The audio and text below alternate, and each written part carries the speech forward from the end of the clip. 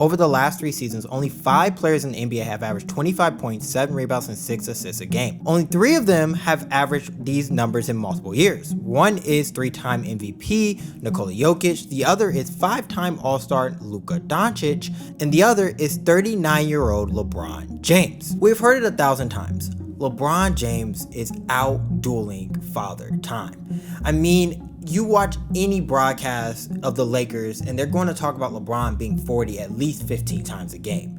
And everyone would always say, I do not want to take what LeBron James is doing for granted. I want to fully embrace and witness and appreciate what we have right now with LeBron. And yet, even some of the biggest LeBron James fans on the planet are doing exactly that. They're taking LeBron for granted.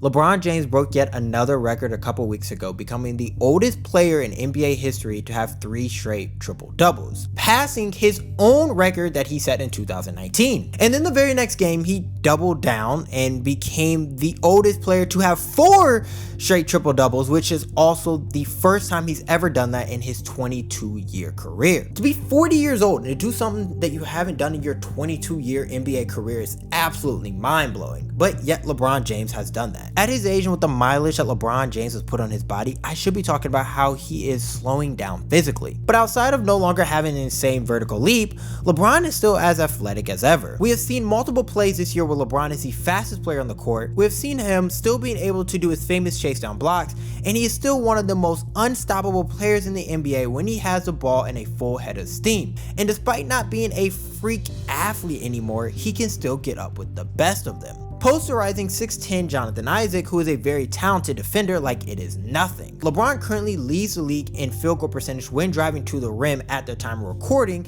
at an absurd 67.1% of players who drive at least 6 times a game. Obviously, being 40 years old, he can no longer just solely rely on his God-given athleticism to score the basket or to be effective on the offensive end.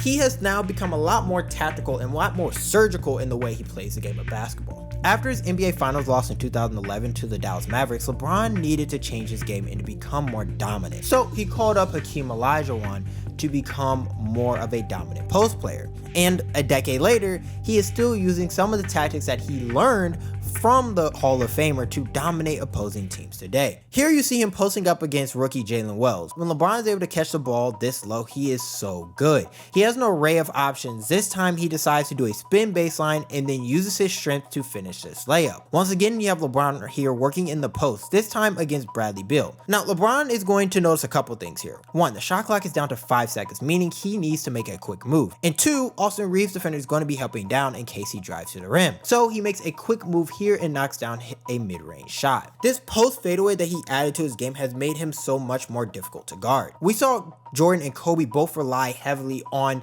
this shot later in their careers to get by defenders. And defenders have become aware of this by now, but LeBron is just too smart. Here you see LeBron working in the post, and he's going to fake the fadeaway, and then he's going to step through and knock down this laner off the glass. Now, because he's such a great scorer in the post, this allows JJ Redick and the Los Angeles Lakers to open up a variety of options with LeBron playing out of the low post and the high post. One of their favorite actions is his horn actions where they have 2 guys sitting at the high post. LeBron is going to catch it here, and as the play develops, he is so smart and patient, he waits to make the correct read and finds Austin Reeves open for the layup. LeBron's ability to pass the basketball has always been a thing of beauty ever since he entered the league, and honestly, it's my favorite trait as a LeBron fan. Is just watching him do some insane pass that I didn't even think that he saw. And nothing has changed in 22 years. He is so smart that often he is 2 moves ahead of the defenders. Here you see him working out of the pick and roll. Because of the lob threat that Koloko is, the defender is forced to help over, and as soon as he does, LeBron notices that Williams doesn't even get a chance to fully help before he beams a pass over to Gabe Vincent in the corner for a knockdown 3. Here, once again, you see LeBron coming off a dribble handoff. He has 4 guys all committed to him, and he throws a no-look pass to the corner to Rui. And of course, we cannot show LeBron pass without a signature transition pass that just leaves you in awe. But I would say the biggest improvement to LeBron's game and the most talked about aspect, and the thing that has just made me in awe of him at 40 years old is his improvement at the three-point shot. Early in LeBron's career, LeBron was not a shooter. His rookie season in Cleveland, he shot only 29% from three and shot 2.7 attempts a game. Throughout his career, he has increasingly shot more threes at an efficient rate, to the point now where LeBron is shooting 41% from the three-pointer this season on 5.5 attempts, and he can shoot it from almost anywhere. Here you have him flying off a screen like a catch and shoot shooter and knocks down this three. He can also just flat out take you off a pick and roll and then bury a three if you decide not to guard him. And as someone who has been a LeBron fan his entire life, this is the best I've seen LeBron's three. I mean, we all have seen the logo bombs. We all have seen the famous look at his hand and knock down a three. And of course, we have the I'm not going to say no chance I don't cuss, but the little, three-pointers that he hits in the fourth quarter at the end of the game. This three-pointer has become so deadly that honestly, he's one of the best shooters on the Lakers team. And that's crazy to think about for a guy who is 6'9", 250 pounds and is a freight train when he goes to the rim. It's almost comical to think about having to game plan around LeBron James at the three-point line when he can literally just go to the rim anytime he wants. But it's truly how good LeBron is at this moment. Now, one thing I have noticed around these past few seasons is that the media does seem to give LeBron his flowers for being a 40-year-old player and dominating the NBA, which rightfully so he does deserve. But I've also seen a lack of acknowledgement of his peers who are honestly doing the same exact thing. Stephen Curry and Kevin Durant have been two of the guys alongside LeBron that has carried this generation of basketball. Well, both of them are 36 years old and are way past their quote-unquote primes. DeMar DeRozan and James Harden are also both 35 years old, and Chris Paul is right behind LeBron at 39 years old. All players who are on the tail end of their careers yet are playing at an all-star or all-NBA level.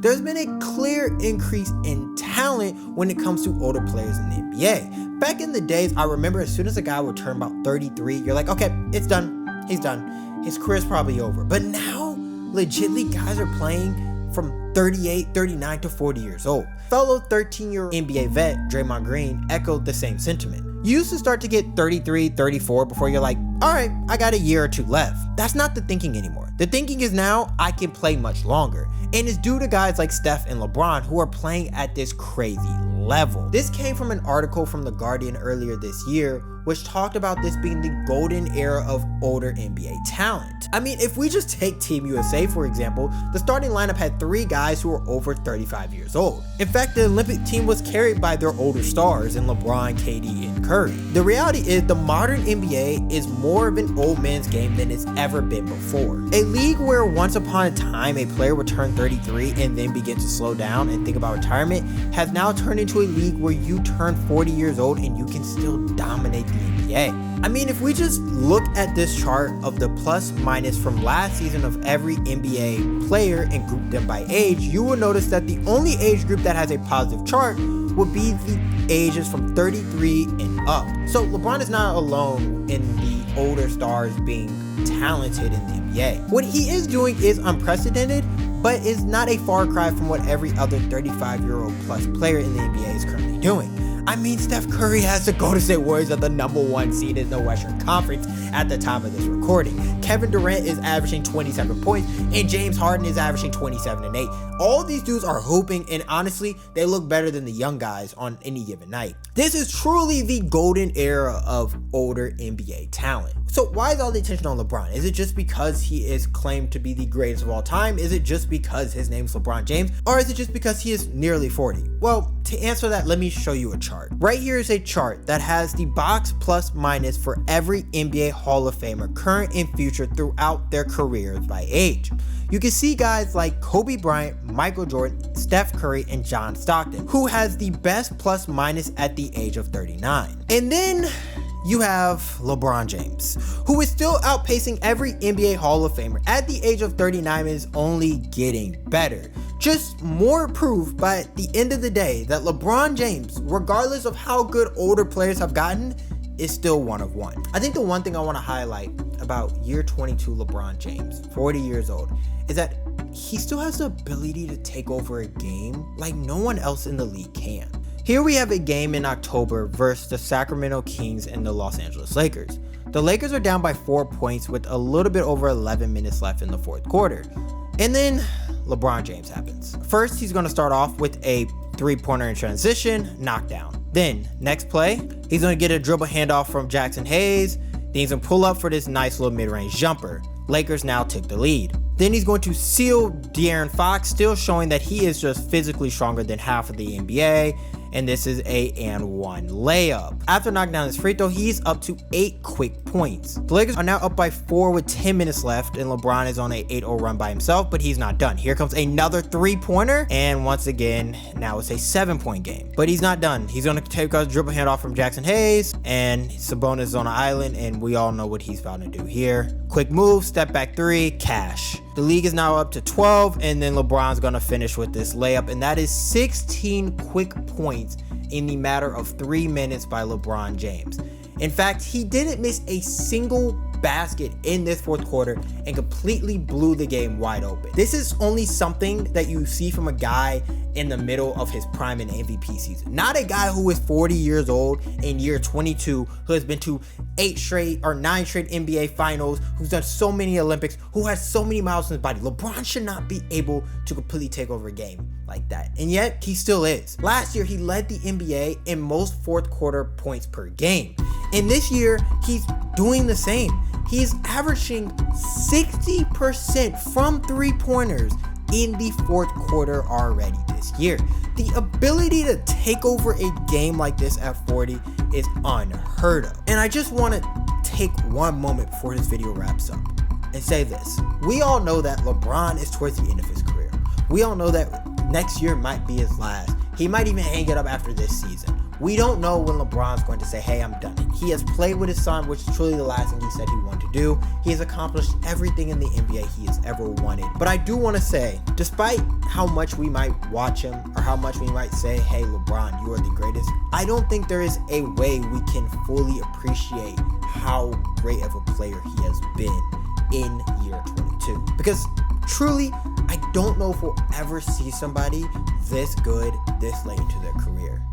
LeBron James is truly a one-of-a-kind basketball player. Hope you guys enjoyed the video. I know I did, like, just researching all this. I didn't realize that he's been just so dominant. Sometimes you just get lost in watching him play and just like, oh wow, this guy's hooping, but he's been great. And honestly, it's not just him. KD, Curry, Harden, DeRozan, Chris Paul, like, these dudes are old and they are still going out there and giving us a show. So I do want to appreciate all of them for all they've been doing. But anyways, hope you guys enjoyed the video. If you did, drop a like, subscribe, turn the notification bell on. Let me know what I should talk about next in the comments. Let me know how your favorite team is doing. And as always, God bless.